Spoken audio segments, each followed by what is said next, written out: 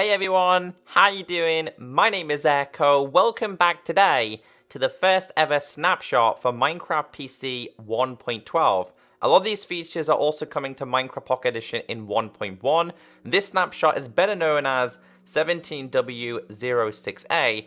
It has introduced a lot of new blocks along with a very creative friendly feature. If you do enjoy this video, be sure to thumbs it up. So just to tell you what has changed in this first snapshot, it says save toolbars in creative mode, added colored concrete blocks, added colored concrete powder blocks, added colored glazed terracotta blocks, updated the base color palette for Minecraft, which affects banners and sheep, updated textures for wool blocks. So I'm going to show you exactly what has changed. I really love these new blocks and I hope you guys do fully enjoy. So going into single player and going into my snapshot review world, I have different chests relating to different items. So you're going to learn everything in this video. Now this one specifically kind of explains to me why Jeb did not recolor the clay block specifically. So when he announced he was introducing a new color palette, everyone was like, well, update the clay blocks.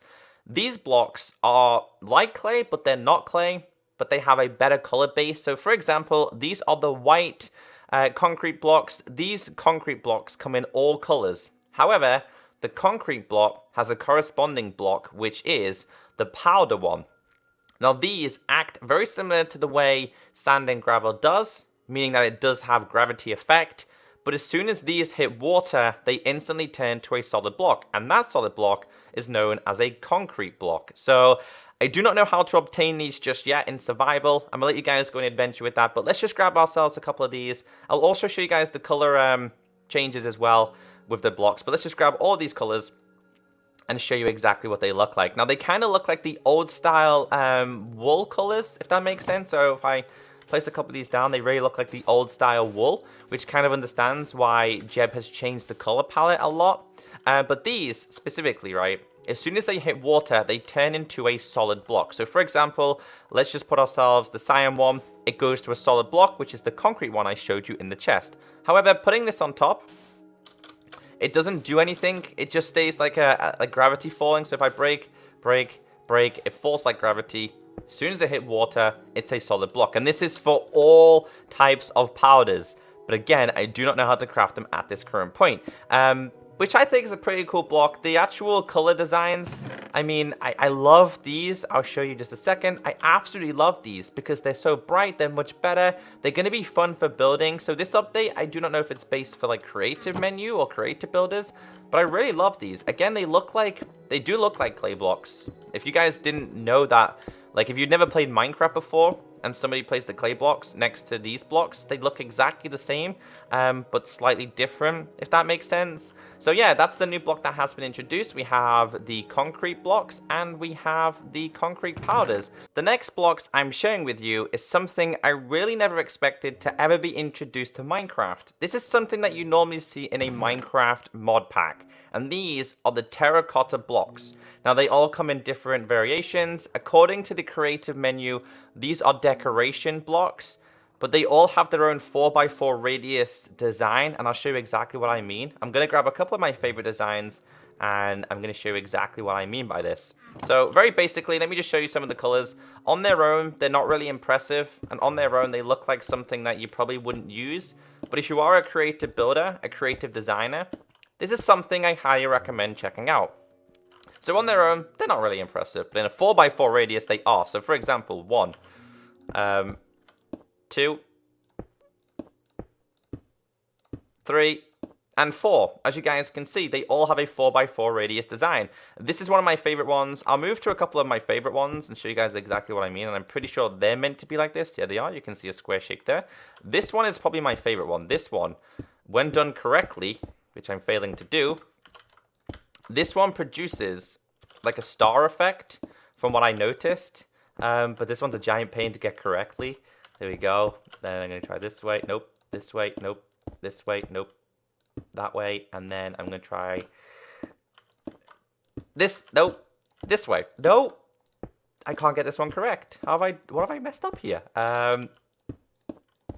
I've messed this one up. But this one like produces, there we go. It produces like a star effect. And again, they do have their own unique design when placed in a 4x4 like design shape. This one needs to go like, where is it? Like this.